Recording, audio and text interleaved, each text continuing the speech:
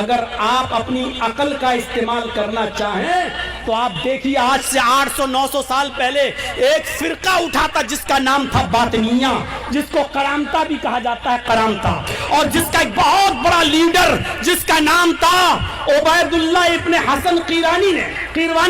عبید اللہ ابن حسن قیروانی نے اپنی ایک کتاب کے اندر لکھا ہے، دیکھیے عقل کا کیسے ناجائز استعمال کیا۔ اس نے لکھا ہے کہ یہ کتنی بڑی بے عقلی کی بات ہے، یہ کتنی بڑی بدعقلی کی بات ہے کہ لوگ اپنی بہن سے نکاح نہ کریں اور دوسرے کی بہن بیٹی کے ساتھ نکاح کر لیں، جبکہ بہن اپنے بھائی کے مزاج کو جانتی ہے، اس کے مزاج سے واقف ہے، وہ جانتی ہے میرے بھائی کا غصہ کب آتا ہے، وہ جانتی ہے کہ میرے بھائی کا غصہ کیسے دور ہوتا ہے۔ ایک بہن اپنے بھائی کے مزاج سے اچھی طرح واقف ہے، وہ خوبصورت بھی ہے، وہ حسین ہے اور جمیل بھی ہے، لیکن یہ کتنی بڑی بدعقلی کی بات ہے کہ ایک بھائی اپنی خوبصورت بہن کو اور ہم مزاج بہن کو چھوڑ کر دوسرے کی بہن سے شادی کر لیتا ہے اور اپنی بہن کو کسی دوسرے کے حوالے کر دیتا ہے۔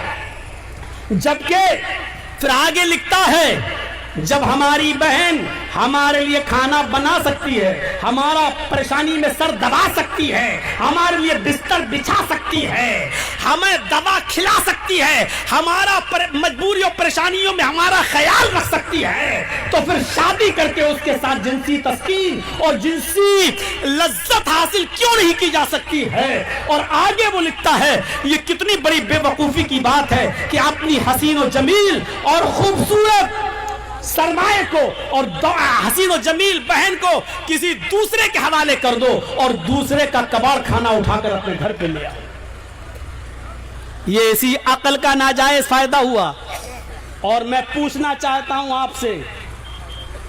آپ لاکھ کہیے کہ سماج اجازت نہیں دیتا،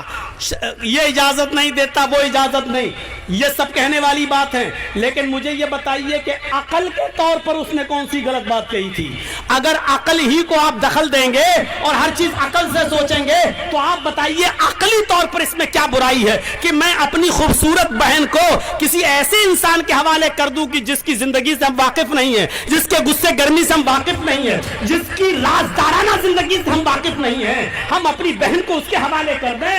اور دوسرے کی بہن کو ہم لے آئیں جس سے ہم واقف نہیں ہیں؟ آپ بتائیے عقلی طور پر عقل کیا کہتی ہے؟ عقل کہتی ہے کہ اپنی بہن سے خود نکاح کر لو، کیونکہ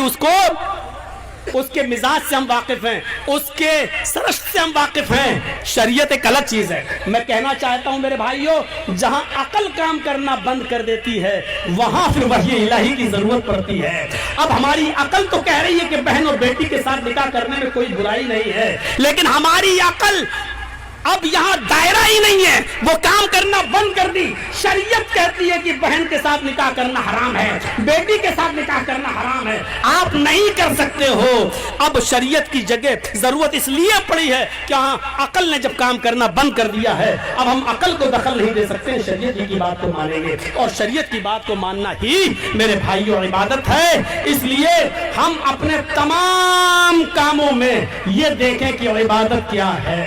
اور اللہ اور اس کے رسول کی مرضی کیا ہے، شریعت کیا کہتی ہے۔ اپنے آپ کو سرنڈر کر دینے کا نام عبادت ہے۔ اللہ نے اور اس کے رسول نے جب کہا کھاؤ تب کھائیں، جب کہا پہنو تو پہنیں، جب کہا بیٹھ جاؤ تب بیٹھ جائیں، جب کہا سو تو سو جائیں، جب کہا اٹھو تو اٹھ جائیں، جب کہیں نماز پڑھو تو نماز پڑھیں، جب کہیں کہ اس وقت نماز پڑھنا حرام ہے، منع ہے، تب رک جائیں، جب کہیں روزہ رکھو تب روزہ رکھیں، جب کہیں کہ ان دنوں میں روزہ رکھنا منع ہے تو ہم چھوڑ دیں۔ اسی کا نام شریعت ہے، اسی کا نام عبادت ہے، اور اسی عبادت میں میرے بھائیوں عقل کو دخل نہیں ہے۔ اب شریعت میں وہی چلے گا، اگر مکھی ہمارے کھانے پینے کی چیز میں گر جائے تو اللہ کے رسول فرماتے ہیں اس کو پکڑ کے پورا ڈبو دو، کیونکہ جب وہ کھانے میں پینے میں گرتی ہے پانی میں تو وہ اپنا بیماری والا پر ڈالتی ہے، اللہ نے اس کے دوسرے پر میں شفا رکھی ہے، جب آپ اس کو پورا ڈبو دو گے تو اس کی شفا اس بیماری کو کاٹ دے گی۔ اب ہم اپنی عقل کو دخل نہ دیں، صاحب مکھی گر گئی، اب ہم یہ کھانا کیسے کھائیں، نہیں اس کو ہٹا دیں، یہ کر دیں۔ شریعت نے کہہ دیا ہمیں ماننا ہے، شریعت نے کہہ دیا کہ لڑکا کا پیشاب نہیں دھویا جائے گا، صرف چھینٹا مارنے سے کام چل جائے گا، لڑکی اگر پیشاب پیشاب کر دے, بچی آپ کی چاہے وہ دودھ ہی کیوں نہ پیتی ہو, چھوٹی کیوں نہ ہو, اگر وہ پیشاب کر دے تو اس کے پیشاب کو دھلا جائے گا. آپ شریعت سے سوال نہیں کر سکتے ہو. اب یہ مت پوچھو کہ لڑکے لڑکی کے پیشاب میں فرق کیا ہے. اب ہم اپنی عقل سے وہ سوال کر رہے ہیں جو عقل کا دائرہ نہیں ہے. یہاں عقل نے کام کرنا بند کر دیا ہے, تب شریعت کا حکم ہمیں ماننا پڑے گا. میرے پیارے ساتھیوں, جب عقل کام کرنا بند کر دے وہاں وحی الہی کی ضرورت ہوتی ہے, وہاں شریعت کی ضرورت ہوتی ہے, وہاں نبی اکرم کی حدیث کی ضرورت ہوتی ہے. تو ہمیں اللہ اور اس کے رسول کی مرضی کے مطابق عبادت کرنا چاہیے, اور جس طرح شریعت نے کہا اس طرح ہمیں عبادت کرنا چاہیے.